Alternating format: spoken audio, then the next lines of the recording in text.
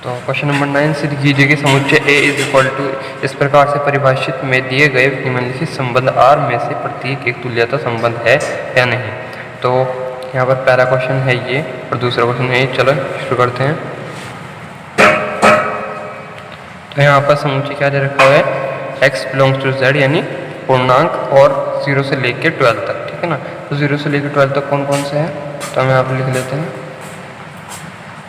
0, 1, 2 और डैश 12 तक, ठीक है ना। ऐसे ही 12 तक।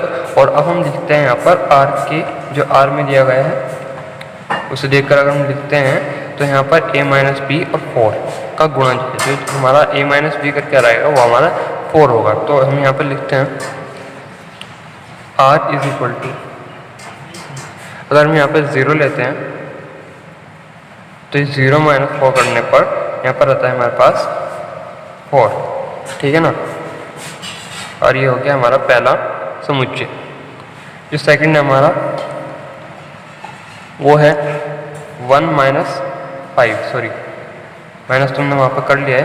तो यहाँ पर अगर हम माइनस करके देखते हैं 1 को 5 से तो ये 4 आ रहा है, ठीक है ना। तो इसलिए 4 का गुणज है, ठीक है। और ये 2 और 6, 2 माइनस 6 करेंगे तब भी 4 आएगा और वो 4 का गुणज है, ठीक है ना। तो सिंपल बहुत सारे 4 के गुणज हैं, तो इसलिए हम जो मेन है उनको ले रहे हैं। तो यहाँ पर 3 7 हो गया, 4 8 हो गया, 5 9 हो गया और 6 10 हो गया और 7 11 हो गया। और यहाँ पर थोड़ा वीडियो को स्किप कर लेते हैं क्योंकि काफ़ी वीडियो लंबा हो जाएगा। तो अब यहाँ पर देखिए आप, ये सारे जो मैंने समुच्चय लिए हैं उप समुच्चय वो है 0 माइनस 4, तो यहाँ पर भी 4 आएगा, यहाँ पर 1 माइनस 5 तो यहाँ पर भी 4 आएगा, और यहाँ पर आप देख सकते हैं कहीं से भी 6 माइनस 10 ये भी 4 आएगा। तो इसलिए सारे जहाँ मतलब हमने समुच्चय लिए हैं, उप समुच्चय लिए हैं, उनको माइनस करने पर, एक दूसरे से माइनस करने पर वहाँ पर 4 आता है। तो इसलिए 4 के गुणज हो गए। और ये हमारा क्वेश्चन में दिया था ये हमारा समुच्चय ये समुच्चय दिया था, इसको मिलाकर हमने बनाया है, एक उप समुच्चय बना लिया है हमने। तो इसलिए यहाँ पर आपने जितने भी 4 के गुणज हैं वो हमने यहाँ पर ले लिए हैं इतने, और ये है हमारा उप समुच्चय समुच्चय का उप समुच्चय, ठीक है ना। तो ये जो हमारा 1 से 12 तक था तो उसके लिए हमने लिया है 1 1 2 2 3 3, इससे उप समुच्चय बना लिया है, ठीक है ना। तो अब हम देखते हैं यहाँ पर समतुल्य, सममित तथा संक्रामक है या नहीं, ठीक है ना। तो पहली शर्त क्या थी, a बिलोंग्स टू r, तो मतलब दोनों इंटीग्रल सेम होने चाहिए, ठीक है ना, दोनों अवयव सेम होने चाहिए एक उप समुच्चय के अंदर। तो यहाँ पर देखते हैं हमारा 1 1 है या नहीं। तो 1 1 देखते हैं हम यहाँ पर है या नहीं। तो ये रहा हमारा 1 1, तो इसलिए बिलोंग करता है R को और ये समतुल्य है, ठीक है ना। और यहाँ पर हम देखते हैं 1 2, तो 1 2 देखते हैं यहाँ पर, तो हमारा देखते हैं यहाँ पर हम 1 2 तो नहीं है, पर यहाँ पर कोई और देखते हैं। यहाँ पर 0 4 है और 4 0 है, ठीक है ना, 0 4 और 4 0, ठीक है। तो यहाँ पर ये हमारा सम्मित हो जाएगा क्योंकि यहाँ पर A1 A2 है और A2 A1 है, तो ये बिलोंग करता है R को, इसलिए ये सम्मित भी है, ठीक है ना। तो ये सम्मित भी है। और अब हम देखते हैं संक्रामक के लिए, ठीक है ना। तो 1 2 यानी इस 1 2 की जगह हम ले लेते हैं यहाँ पर हम 0 4 ले लेते हैं A1 A2 की जगह, और A2 A3 की जगह ले लेते हैं हम यहाँ पर 4 और 8। 4 8 हमने कहाँ से लिया फ्रेंड, ये रहा हमारा 4 और 8, तो हमने यहाँ से 4 8 ले लिया है A2 A3 की जगह। और अब यहाँ पर देखते हैं 8 और हमें क्या चाहिए, यहाँ पर 0 और 8 चाहिए। तो 0 और 8 देखते हैं हम यहाँ पर कहाँ है हमारा। तो यहाँ पर हम देखते हैं, यहाँ पर हम लिख देते हैं 0 और 8, क्यों, क्योंकि हम जब इसको माइनस करेंगे 0 माइनस 8 करेंगे तो वो क्या आएगा, 8 आएगा, वो भी 4 का गुणज है। तो इसलिए हमने इसको लिस्ट में लिया है, यहाँ पर समुच्चय में ले लिया है। तो 0 माइनस 8 करने पर 8 आएगा, तो ये 4 का गुणज है। तो इसलिए हमने यहाँ पे 0 और 8 ले लिया है, यानी A1 और A3 ले लिया है, ठीक है। तो ये बिलोंग करता है R को, तो इसलिए संक्रामक भी है, ठीक है ना। तो नेक्स्ट क्वेश्चन देखते हैं। तो दूसरा जो हमारा क्वेश्चन है वो है R इज इक्वल टू, इस प्रकार से परिभाषित सॉरी दिया हुआ है a is equal to B, तो हम यहाँ से अगर हम r बनाते हैं तो कैसे बनेगा, वो बिल्कुल सिंपल बनेगा, यानी 1 1, क्योंकि a is equal to B है तो इसलिए 1 1, और 2 2, a is equal to B है तो यहाँ पर करेंगे 3 3, ऐसे ही करते करते हम चल जाएंगे 12 तक, मतलब 12 और 12, ठीक है ना। तो ये बन गया हमारा उपसमुच्चय, सारे उपसमुच्चय हमारे एक आर का समुच्चय बन गया है। तो अब हम इसमें देखते हैं कि समतुल्य, सममित तथा संक्रामक है या नहीं। अगर हमारा सारे जो हमारे यहाँ पर अवयव हैं वो एक दूसरे से संबंधित हैं तो हमारा यहाँ पर तुल्यता संबंध जाएगा, सिंपल, क्योंकि यहाँ पर सब एक दूसरे से संबंधित हैं, क्योंकि 1 1 2 2 3 3 4 4 5 5 6 6 7 7 12 12, ठीक है ना। तो ऐसे यहाँ पर लिख सकते हैं हम, सॉरी, क्योंकि यहाँ सभी अवयव एक, तो मैंने यहाँ पर लिख दिया है यहाँ सभी अवयव एक दूसरे से संबंधित है, जैसा कि आप देख सकते हैं 1 1 2 2 3 3 और 12 12 तक। तो इसलिए यह समतुल्य, सममित तथा संक्रामक होगा। ये हमारे संबंध उपफलन में एक शर्त है, ठीक है ना, एक नियम है, रूल है, तो ये यहाँ पर फॉलो करता है इस रूल को, तो इसलिए तुल्यता संबंध होगा। तो यहाँ पर हम देखते हैं एक चीज़ और दी थी, प्रत्येक दशा में एक संबंधित अवयवों को ज्ञात कीजिए, ठीक है। तो यहाँ पर तो हमने ज्ञात कर दिया पूरा जो अवयव है, हमारे सारे अवयव संबंधित है एक दूसरे से।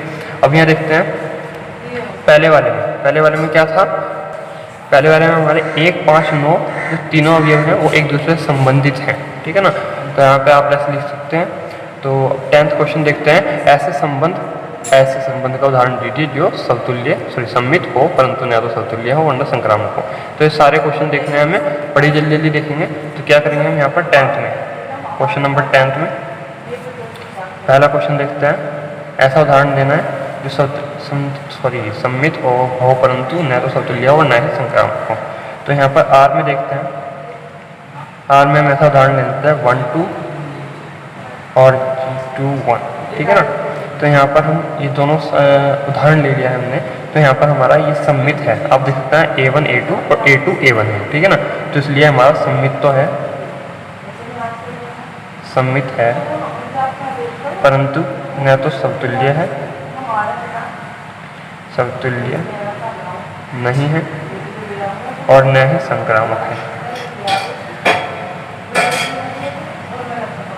सॉरी नहीं है,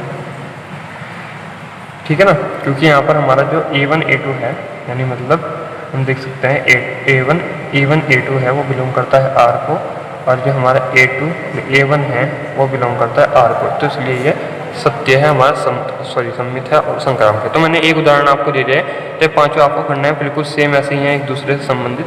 तो आप देख सकते हैं ऐसे उदाहरण, कोई भी सिंपल सा उदाहरण दे दीजिए, 1 2 2 1 का या 1 1 का या 1 2 या 2 3 और 1 3 का, ऐसे देख सकते हैं संक्रामक के लिए। तो देखते हैं नेक्स्ट क्वेश्चन 11th।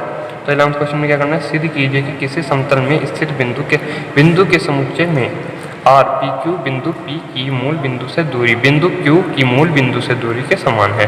द्वारा प्रदत्त संबंध R एक तुल्यता संबंध है। पुनः सिद्ध कीजिए कि बिंदु P is not equal to, मतलब इसके बराबर 0 0 के बराबर नहीं है, और से संबंधित सभी बिंदुओं का समुच्चय P से होकर जाने वाले एक ऐसे वृत्त को निरूपित करता है जिसका केंद्र मूल बिंदु पर है। तो चलिए स्टार्ट करते हैं इस क्वेश्चन को। तो यहाँ पर क्वेश्चन के मुताबिक हमने एक समतल ले लिया है, तो हमने कोई समतल ले लिया है, उसमें स्थित एक बिंदु, ठीक है ना, इसका मूल बिंदु ले लिया है हमने, और उसमें बिंदु P की मूल बिंदु से दूरी, ठीक है ना, बिंदु P की मूल बिंदु से दूरी ये ले लिया हमने P, और बिंदु Q की मूल बिंदु से दूरी के समान है, ठीक है ना। बिंदु Q कौन सा लेता है, ये वाला, और इसकी इन दोनों की दूरी जो है वो समान है, ठीक है। तो बिंदु Q की मूल बिंदु से दूरी के समान है। द्वारा प्रदत्त संबंध R तुल्यता संबंध है, जी हाँ बिल्कुल है।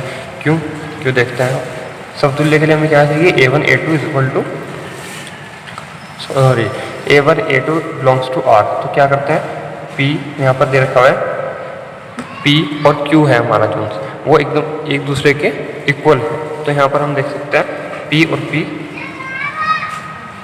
बिलोंग्स टू R है, ये नहीं, क्योंकि हैं, क्योंकि अगर हम इसकी जगह पी ले लें तो ये दोनों इक्वल हैं एक दूसरे के, तो इसलिए हमारा समतुल्य है। ठीक है ना, समतुल्य है।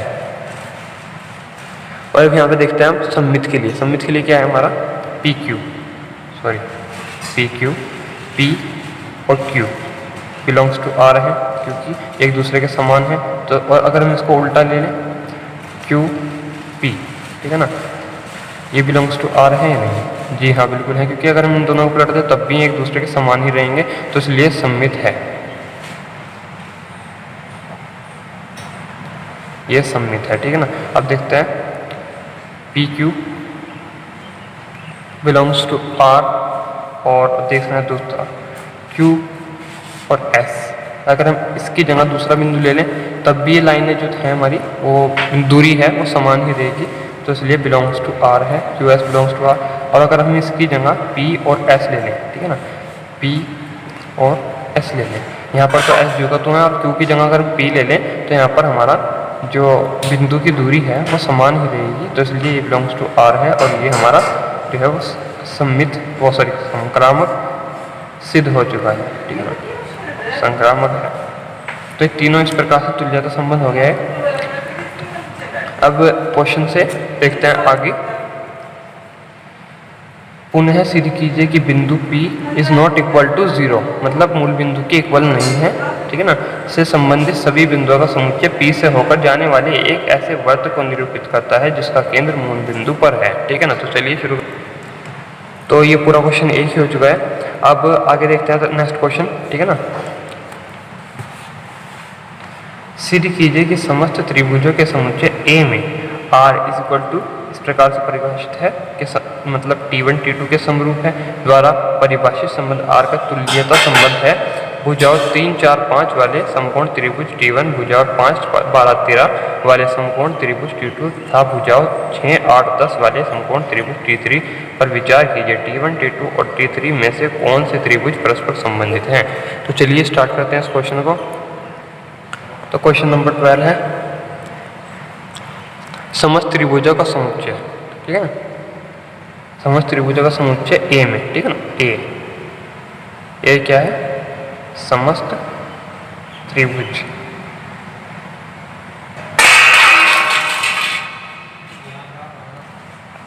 देखिए यहाँ पर T1 is equal to T2 है, मतलब यहाँ पर हम लिख सकते हैं इसकी जगह T1 समरूप है, समरूप का मतलब समान है तो T2 के, तो ये हो गया हमारा। अब देखते हैं तुल्यता संबंध है या नहीं। तो यहाँ पर T1 की, अगर T2 की हम T1 ले लें तो तब भी ये TT होगा हमारा, TT, और बिलोंग्स टू R होगा, तो इसलिए समतुल्य है। ठीक है ना, ये समतुल्य है।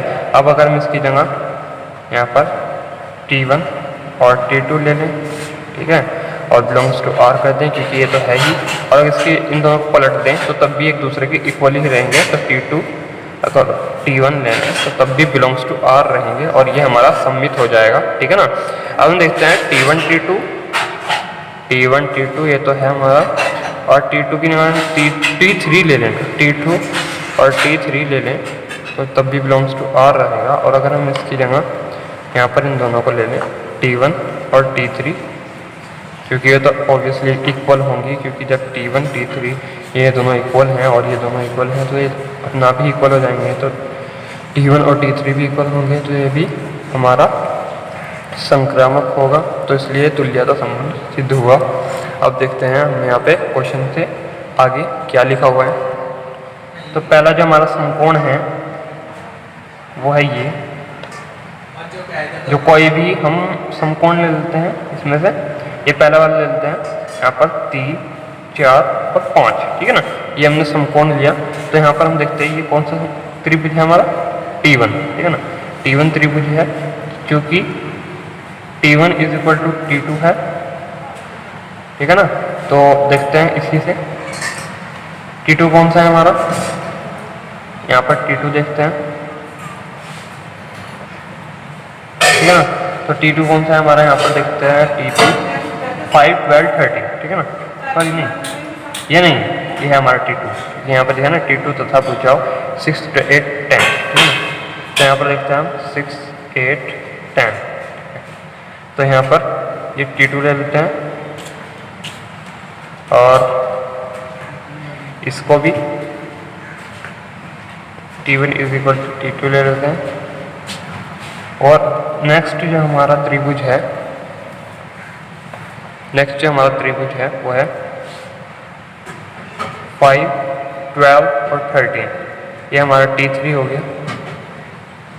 क्वेश्चन में वैसे हमें दे रखा हुआ है इधर उधर करके, तो हमने यहाँ पर सीधे ले लिए हैं क्योंकि हमें इसी से क्वेश्चन सिद्ध करना है। तो T1 is equal to T3। अब देखते हैं इन तीनों में से कौन सा परस्पर संबंधित है। तो यहाँ पर देख सकते हैं 5 का जब आप डबल करोगे तो 10 आएगा, 4 का डबल करके 8 आएगा, 3 का डबल करके 6 आएगा। ऐसा इसमें सिद्ध नहीं हो रहा है। तो यहाँ पर आप देख सकते हैं बड़ी आसानी से ये दोनों जो हमारे त्रिभुज हैं 5/10 और 3/6 इज इक्वल टू 4/8, तो ये हमारे जो T1 T2 जो हमारे त्रिभुज हैं वो परस्पर एक दूसरे से संबंधित हैं, ठीक है ना। तो आप लिख सकते हैं T1 T2 परस्पर एक दूसरे से संबंधित हैं। ये हमारा 12th क्वेश्चन का आंसर हुआ। तो अब देखते हैं नेक्स्ट क्वेश्चन। तो नेक्स्ट क्वेश्चन देखते हैं। तो क्वेश्चन नंबर 13 सिद्ध कीजिए कि समस्त बहुभुजों के समुच्चय A में R P1 तथा P2 की भुजाओं की संख्या समान है प्रकार से परिभाषित संबंध R एक तुल्यता संबंध है। 3, 4 और 5 वाली लंबाई की भुजाओं वाले समकोण त्रिभुज से संबंधित समुच्चय A के सभी अवयवों का समुच्चय ज्ञात कीजिए, ठीक है। तो क्वेश्चन नंबर 13 स्टार्ट करते हैं। तो क्वेश्चन नंबर 13 में क्या दिया हुआ है हमारा R is equal to P1 P2 में भुजाओं की संख्या समान है, तो इसलिए हम P1 और P1 में भी भुजाओं की संख्या समान होगी, तो इसलिए बिलोंग्स टू R है, तो इसलिए हमारा ये समतुल्य होगा, ठीक है ना। तो ये समतुल्य होगा। और हम देखते हैं P1 P2 में भुजाओं की संख्या समान है क्या? जी बिल्कुल है, तो इसलिए ये भी बिलोंग्स टू R होगा। और अगर हम इसकी जगह इनको पलट लेते हैं तो P2 और P1 कर लेते हैं, तो ये बिलोंग्स टू R है, तो इसलिए ये भी हमारा जो है वो सम्मित होगा। और यहाँ पर P1 P2 ले लेते हैं और बिलोंग्स टू R, और इसकी जगह हम P2 P3 ले लेते हैं, सॉरी यहाँ पर P3 ले लेते हैं, ये बिलोंग्स टू R। और यहाँ पर हम P1 और P3 ले लेते हैं, तो ये भी बिलोंग्स टू R होगा, तो इसलिए हमारा ये संक्रामक होगा, तो संक्रामक है। तो ये तुल्यता संबंध सिद्ध हुआ। अब आगे देखते हैं क्या है। तो यहाँ पर देखते हैं 3, 4 और 5 लंबाई की भुजाओं वाले समकोण त्रिभुज से संबंधित समुच्चय A के सभी अवयवों का समुच्चय ज्ञात कीजिए। तो आप यहाँ पर लिख सकते हैं 3, 4, 5 लंबाई की भुजाओं वाले सभी त्रिभुज समुच्चय A में उपस्थित है। ओके, तो ये हमारा क्वेश्चन का आंसर हुआ। तो यहाँ पर आप उसको लिख दीजिएगा और ये क्वेश्चन पूरा हो जाएगा, ठीक है। तो क्वेश्चन नंबर 14 देखते हैं आप। वीडियो थोड़ा लंबा हो जाएगा तो इसलिए मैं थोड़ा स्किप करके चल रहा हूँ। तो मान लीजिए कि XY तल में उपस्थित समस्त रेखाओं का समुच्चय L है और L में R L1 L2 L1 के समांतर है L2 के, ठीक है ना, द्वारा परिभाषित संबंध R है। सिद्ध कीजिए कि R एक तुल्यता संबंध है। रेखा इससे संबंधित रेखा मतलब ये है, इससे संबंधित समस्त रेखाओं का समुच्चय ज्ञात कीजिए। तो चलिए ज्ञात करते हैं। तो क्वेश्चन नंबर 14 XY तल पर सभी रेखाओं का समुच्चय L है, ये पता है आपको। R जो हमारा L1 L2 L1 समांतर है L2 के, ठीक है। तो यहाँ पर समतुल्य कैसे होगा? समांतर है क्योंकि L1 बिलोंग्स टू R है, समतुल्य है। तो हमारा पहला सिद्ध हुआ L1 L2 और L2 L1 belongs to R है, सम्मित है, तो ये भी सिद्ध हुआ। L1 L2 L3 belongs to R है, संक्रामक है L1 L3 भी, तो ये भी संक्रामक है। यह ना आपको पहले समझा जाता। तो अब यहाँ पर मेन चीज़ जो है वो है ये 2x + 4, ठीक है ना। 2x + 4 जो है हमारी वो रेखा से संबंधित है। तो यहाँ पर देख सकते हैं आप, ये हमारी एक रेखा है। y = 2x + c, आपने देखा होगा ये c जो होता है वो कांस्टेंट होता है जहाँ c बिलोंग करता है r को, तो ये एक रेखा से संबंधित है, ठीक है ना। आप लिख सकते हैं। तो 15 क्वेश्चन है हमारा यहाँ पर। तो R में देखना है कि समतुल्य, सम्मित तथा संक्रामक है। तो यहाँ पर हमारा समतुल्य है क्योंकि 1 1 है, और संक्रामक है, सॉरी संक्रामक इसलिए है क्योंकि 1 1 है, 1 2 है और 1 2 है, ठीक है ना। क्योंकि यहाँ पर A1 A2 और A2 A3 और यहाँ पर A1 और A3 भी हो गया, ठीक है ना। तो ये संक्रामक है परंतु सम्मित नहीं है। आप देख सकते हैं यहाँ पर कोई भी है नहीं, सम्मित नहीं है, ठीक है ना। तो इसलिए ये हमारा दूसरा क्वेश्चन सही है। जो 15 का है वो B बिल्कुल राइट है। और हमारा जो क्वेश्चन नंबर 16 है वो है हमारा a is equal to B minus 2 और b बड़ा है 6 से, सिक्स बड़ा है b से, ठीक है ना। तो ये अब देखिए यहाँ पर कैसे होगा, यहाँ पर अगर हम 6 रखते हैं तो 6 रखने पर हमारे पास यहाँ पर 8 हो जाता है, b की जो वैल्यू आएगी वो 8 आएगी। तो इसलिए हमारे पास ये 6 8 का जो सही है कॉम्बिनेशन है वो सही है बिल्कुल, और ये हमारा अवयव समुच्चय सही है सी, ठीक है ना। तो सी हमारा जो ऑप्शन है वो बिल्कुल सही है, 6 8 बिलोंग्स टू आर, ठीक है ना, ये बिल्कुल सही है। तो ये हमारा राइट हो जाएगा, ठीक है ना। तो इस प्रकार से 1.1 कंप्लीट हुई। तो मिलते हैं नेक्स्ट वीडियो में, तब तक के लिए गुड बाय।